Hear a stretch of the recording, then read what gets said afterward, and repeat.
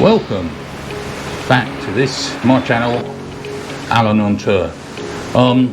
It's a bit rainy today, so I'm not going out doing any vlogging, but I thought I'll make a vlog, just a quick one, about the do's and don'ts if you're coming to Thailand. The tourist industry is opening up. The pandemic restrictions are closing down here in Thailand, so I thought I'll give you some do's and don'ts if you ever come this way, so you'll be informed. The first one and the biggest one is, number one, is do not disrespect the Thai family, royal family. The royal family is very much regarded as the higher here, and to actually disrespect the royal family is an imprisonable offence. So if you ever come here, most people don't even talk about the royal family in public, in case it's taken the wrong way. In the same vein, if you drop some money on the floor, a coin or some paper money on the floor, to stamp on it to stop it rolling away or being blown away is disrespectful to the king. You're stamping on the king's head, so it's a big no-no. So bear that one in mind.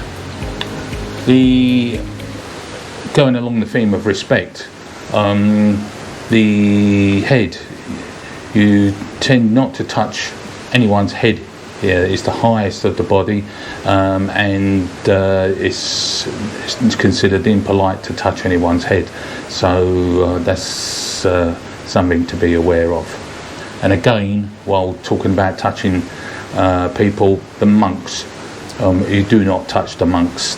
You bow to them, give them respect, but there is no way that you touch them.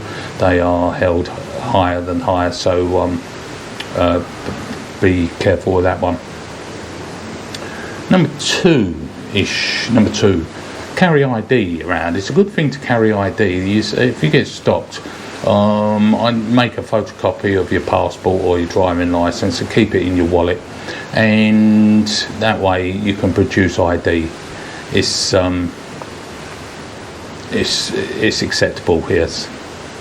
Number three, if you intend to rent a motorbike or a scooter here, bring an international driving permit.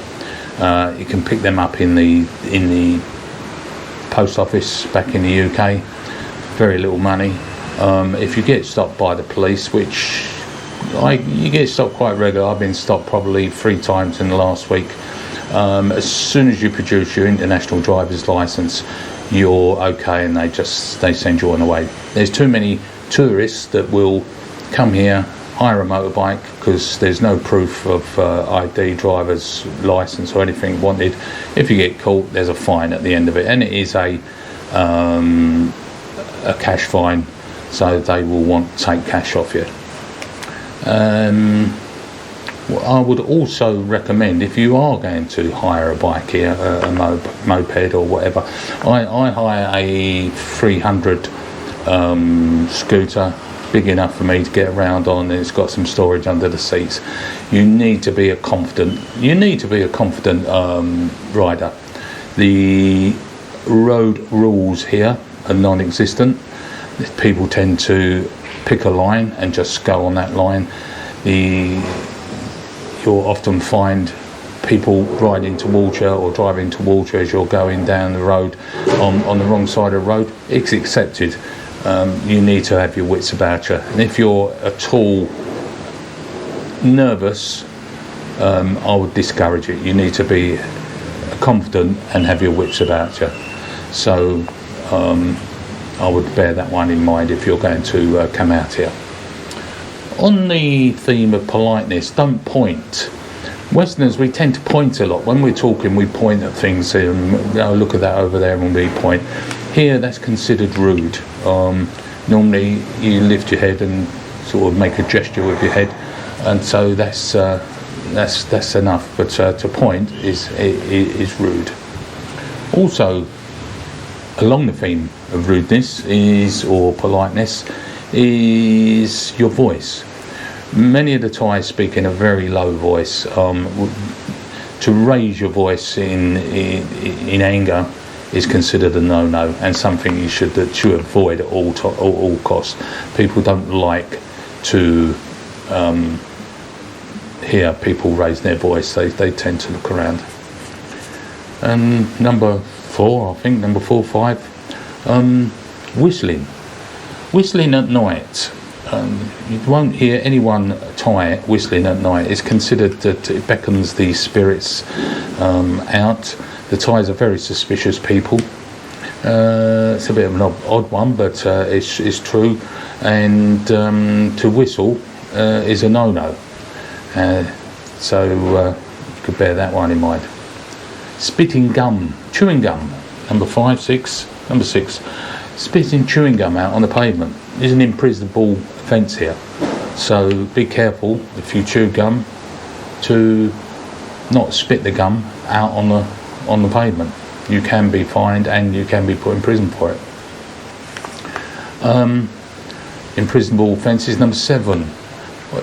Thailand have recently just decriminalised or made legal marijuana. You can buy anywhere in Thailand at the moment, on street stalls, in shops. It's everywhere, and it's considered, or it's a part of everyday life now. But if you vape, although you can buy the oils and the vaping paraphernalia on the street, it's still illegal. It's one of these Thai things that they sell it, but it is illegal, and yet you can smoke as long as it don't cause annoyance to other people. Cannabis. So only in Thailand that's it. Eating. When you go to a restaurant, or you eat in a restaurant, or one of these cafes, you will often get a fork and spoon or chopsticks. You won't get a knife, and predominantly you eat with a spoon. The fork is there to push the food onto the spoon, and you eat with the spoon or chopsticks. The knife is basically non-existent, so it's the spoon which you use. Visas. When you come here, you'll get a stamp in your passport and for 30 days, and you're expected to return on or before that 30-day marker. If you do stay longer, you're eligible for a fine. When you do decide to go out of the country and they find that you've overstayed your visa, there is an automatic fine, and you also get fined per day you've gone over your limited stay. So if you tend to do a little bit of sightseeing, wandering around, make sure you've got the up-to-date visa, or you're in time to get back to Thailand. There's no need to bring loads and loads of luggage and clothes. Clothes in Thailand are very cheap. I was at a market the other night and they were selling t-shirts free for 100 baht, which is about just over £2. So you could pick 3 t-shirts up for £2. Okay, they're not the best quality t-shirts, but the dress code in Thailand is very, very casual, and no one really worries about what you're going to wear. So just bear that in mind. You don't need to bring a lot of clothing. Again, if you're coming and you're thinking about doing a little bit of travelling, don't pre-book. Pre-booking is, us Westerners do love to pre-book everywhere we go. In Thailand, you can get a hotel, you can get somewhere to stay on the day. It's not a problem. There's plenty of places to stay, and you can just turn up, pay your however much it is per night, and you're in. So it's not a problem. I forget what number we're on, but another tip is that when you come in, and if you're going to intending to use your credit card or debit card on the ATMs, they will charge you to use your debit or withdraw money by your debit or credit card. Normally about 200 to 250 baht per transaction. Top tip is if you take your card into one of the banks, Bangkok Bank or whatever, and with your passport, and they will issue you your money directly, and they won't charge you to withdraw that money, so you're going to save yourself a couple of hundred baht at every transaction. Again, when you get here in the airport, don't exchange money in the airport. Their rates are very, very low, the lowest you'll get around. And when you walk outside, you'll be pestered by tuk-tuk drivers or taxi drivers to get you to your destination. Avoid them at all costs because they're overcharging at the moment. They're putting their hats or covering up their meters saying they're not working, and they're trying to recover what they've lost over the last couple of years in the pandemic. But what I found is if you download as soon as you can, when you are in Thai airspace as it was, a Bolt taxi app, use that Bolt taxi app. It is so inexpensive. They're good, they're quick. For an instance, where I am at the moment in Patinak, to go into the centre of Pattaya, probably by taxi will cost 200 baht, 250, something like that. By Bolt, I pay 79, 80 baht fare, which to me is a no-brainer. So you're paying, instead of paying £4.50 for a taxi, I'm paying £1.50 for a Bolt, so it's good.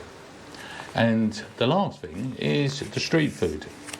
Try the street food. Don't come here and think you're going to eat in restaurants. The street food is excellent. You'll get the true flavour of Thailand. I've seen people come here and they say, well, I'm not eating the street food because it's unhealthy, it could be, it's not cooked correctly. It's cooked there in front of you, it's fresh and it's delicious. So try the street food, there's nothing wrong with it at all, and you'll be surprised if you're fussy with your food how good it tastes. So that's just a snippet of do's and don'ts and a couple of tips thrown in when you come here.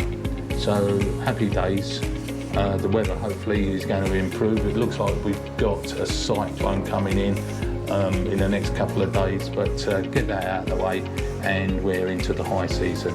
So until then, if you like the video or the vlog, give us a thumbs up, subscribe. It helps the channel out immensely, helps me out immensely, and I'll see you on the next one. Okay, bye.